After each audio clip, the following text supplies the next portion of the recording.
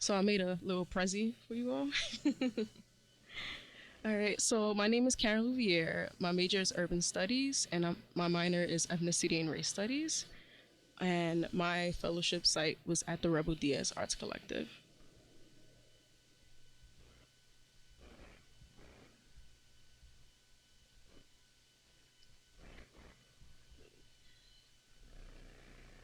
So the Rebel Diaz Arts Collective is a collective of artists, organizers, and educators working together to build community through the arts. It's also volunteer based, so we don't get paid for this. The only time I actually did get paid was actually during the fellowship. And we are an autonomous group, so we're also not nonprofit.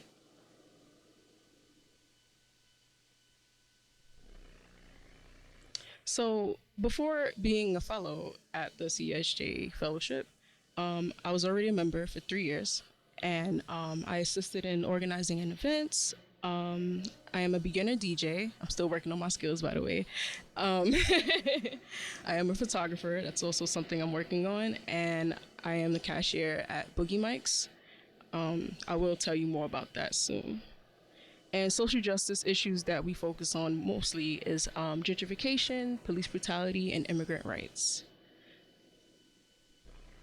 So this is just a photo of my first time actually DJing at the Women's International Month Boogie Mics.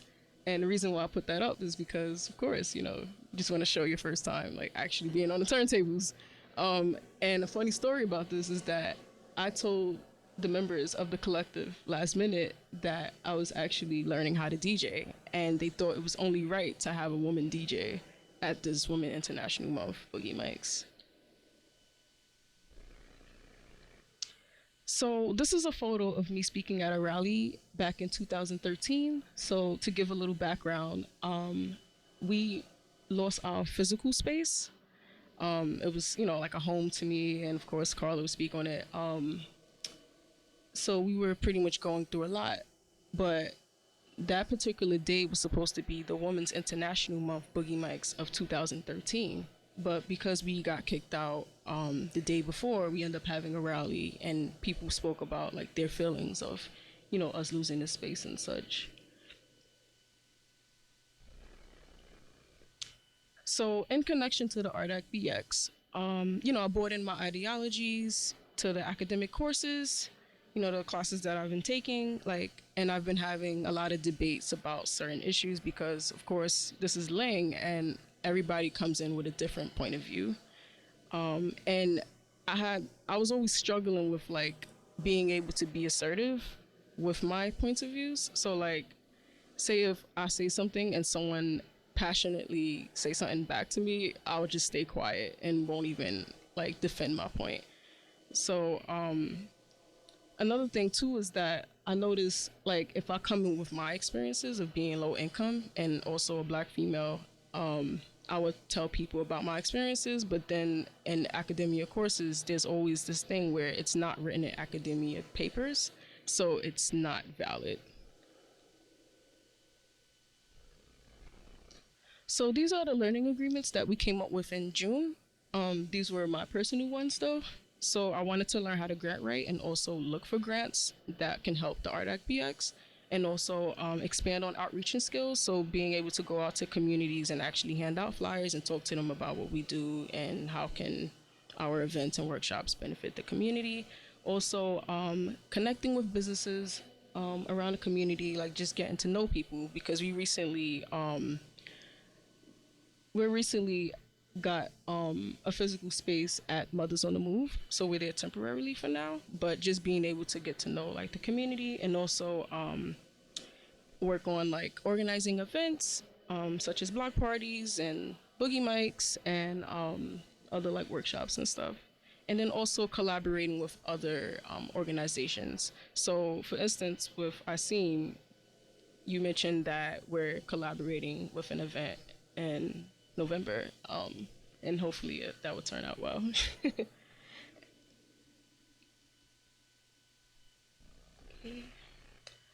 So this is an example of an event that we actually helped curate. So DJ Kuherk he is the father of hip hop. He was the reason why hip hop even existed and why hip hop is where it's at now. He was one of the first DJs to actually, use the turntables and scratch and everything. And because it's 41 years of hip hop existing, BMHC, which stands for Bronx Music Heritage Center, they decided to like have this block party for him, and he was actually spinning at this event. One funny thing that I noticed that he always mentions when he comes into like spaces to speak is that a lot of DJs, they tend to use headphones and like all these other equipment to like scratch and stuff like that. He says how like when he first started DJing, he didn't even need the headphones. So I thought that was pretty cool, just like hearing an actual DJ like drop knowledge. Yeah. So Boogie Mics is a monthly series of open mics that we have every first Fridays of the month. It's still happening. It's $7 per person, and you can perform like up to 2 songs. So pretty much, like during the summer, we only had 2 open mics because of the one in June had to be pushed into July because of like other things happening, such as like leakages and stuff like that in the space. So we had our Boogie Mics in July and also in August. And during the fellowship, my role was pretty much like being the treasurer, so keeping up with the expenses and the money that we receive from like the people and stuff, and also being a photographer and also still being the cashier. And these are just photos of the Boogie Mics from August. So you just see like the host, Warren Britt. He's performing. That's the 3rd picture on the bottom. And then you also see like other performers and stuff. So the People Power Movement, I'm glad we're actually about to talk about them. They're a group of like organizers who are trying to like get people in the communities to make change, like make social change. So instead of it being just like elected officials or stakeholders and stuff like that, it's actually people who grew up in these communities having a voice. So during the summer, I also I supported them in this campaign that they had about pretty much saving the Kingsbridge neighborhood, which is in the Bronx. So to give a background of what's happening, the Kingsbridge Armory is this landmark where like people used to actually, like guards used to, I guess, train for wars and stuff like that. And what they're trying to do, they're trying to turn this into like the world's biggest ice skating rink arena. So it's supposed to be 9 ice skating rinks in one.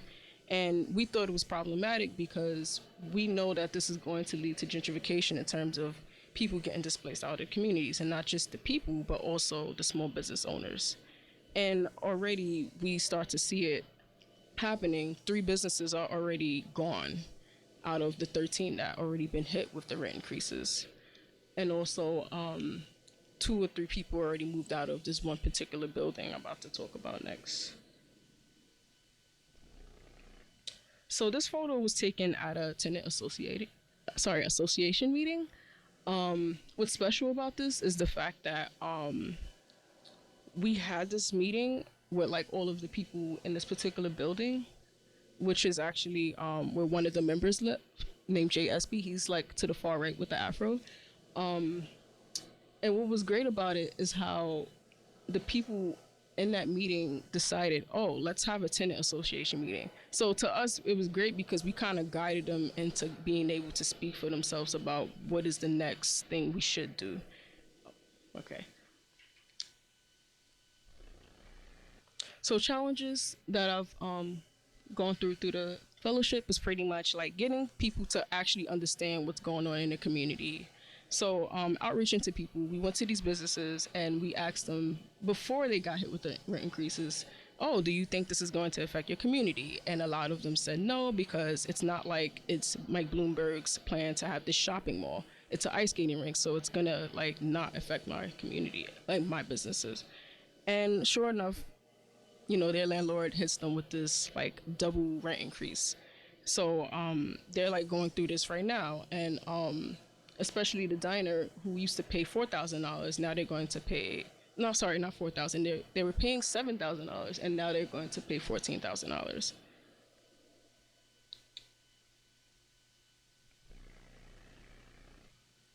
So another challenge that I was facing, especially at the RDAC space, was pretty much how the RDAC is male dominated. So there are only 4 females there out of 15 of us, and being able to like speak up without someone like trying to cut me off. And I know that they're not doing that on purpose, but I don't know if they realize like the role that I'm playing inside of the space. So that's something I was like really trying to develop, is more assertiveness. Like, how do I speak up when we have these meetings and when we have discussions and stuff? So transformative learning, one thing that I can say I got out of this experience was critical engagement. So being able to speak to communities and being able to have a discussion with people in these communities, and having them be able to speak to me about their personal stories. And I want to show a quick. Oh, can we show it? It's 1 minute and 44 seconds. Yeah. Oh, okay. So, all right. So, if anything, I could just send you all the link, and you all can like watch it yourselves. Okay, so the link was pretty much thank you. No, it was pretty much showing how Rebel Diaz, the duo group, have like this show called And You Don't Stop, which is a TV show program showed on Telesud, and they were pretty much going into communities and like interviewing people about certain hashtags, like the Nice Gentrifier hashtag, and also like my NYPD and etc. Yeah. And then these are the 3 things that I want to say I pretty much learned throughout the whole like fellowship experience. So leadership skills were more like taking initiative. So like being able to like say, hey, I want to have this particular event, and then like being able to like do this event without just me being just a follower, I guess, because I always listen to the founders of the RDAC space. Like I always let them do everything. So being able to actually do things on my own, and also like have support team from like the rest of the RDAC members. And then assertiveness, so being able to speak to people without feeling unconfident, without pretty much just, yeah. I feel like I'm just leave that right there. And then thinking critically about the issues happening in the community. And then after the Lang CESJ Fellowship, these are the 3 events that we have done. So we had like a BB King's event about raising money so people could actually go to Ferguson. Then we had a Boogie Mics in September, and then we also had the 3rd year anniversary Boogie Mics in October. And that's pretty much it.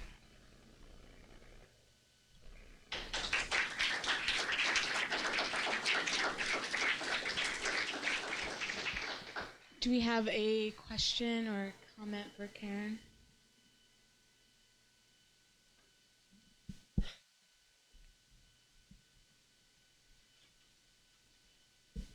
Hey, I was wondering how you first got involved with the collective, and whether your relationship with the collective has changed after the fellowship experience. Okay. And it's a great presentation, by the way. Well, I feel like I'll take forever in terms of like saying how I got to the collective, but to shorten it up, I was a high school senior, and my career counselor, she referred me to the RDAC, and I went to like an orientation, and I really loved like the space and the people, and then I was taking workshops with them, and then I decided I wanted to become a member so I can keep like a good relationship. And then the other question was, again, I'm sorry. I feel like it has, especially like from them seeing me grow from a high school senior to, a college junior, and like how my learning experiences change within like seeing different things and seeing different things happening, like having a different experience every year. Thank you, Karen. And it sounds like you can all ask her about the next Boogie Mics, which is coming up very soon. Yeah.